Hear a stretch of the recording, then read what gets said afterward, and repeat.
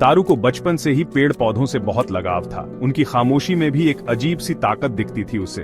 तो ये कोई हैरानी की बात नहीं थी कि तारू ने एग्रीकल्चर की पढ़ाई की। वो धरती माँ के राज जानना चाहती थी। तारू का गांव एक जंगल के पास था।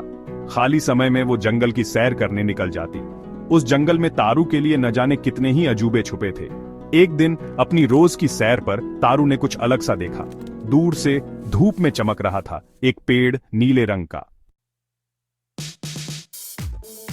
तारू के मन में कौतूहल जागा।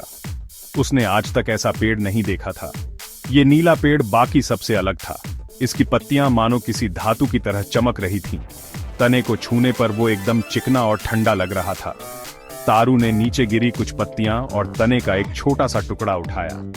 वो जल्दी से अपने कॉलेज लैब पहुंची इस रहस्य को सुलझाने के लिए। ये पेड़ आखिर था क्या? ये नीला क्यों था? क्या ये कोई नई प्रजाति है?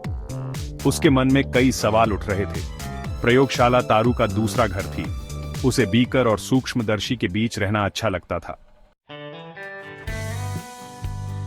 तारू ने दिन रात मेहनत की उन नमूनों की जांच करने में। कई दिन और रातें बीत गए। वो अपनी रिसर्च में डूबी रही।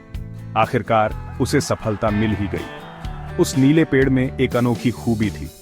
वो मिट्टी से प्रदूषण सोख सकता था।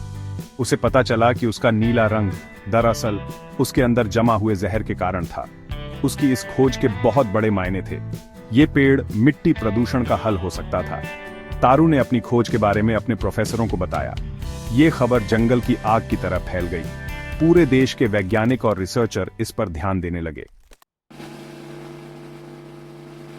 तारू की खोज को बहुत सराहा गया। उसकी रिसर्च एग्रीकल्चर में क्रांति ला सकती थी। ये नीला पेड़ खेती के नए और बेहतर तरीके और अच्छी फसल के लिए रास्ता खोल सकता था। तारू की लगन और जुनून रंग लाया था।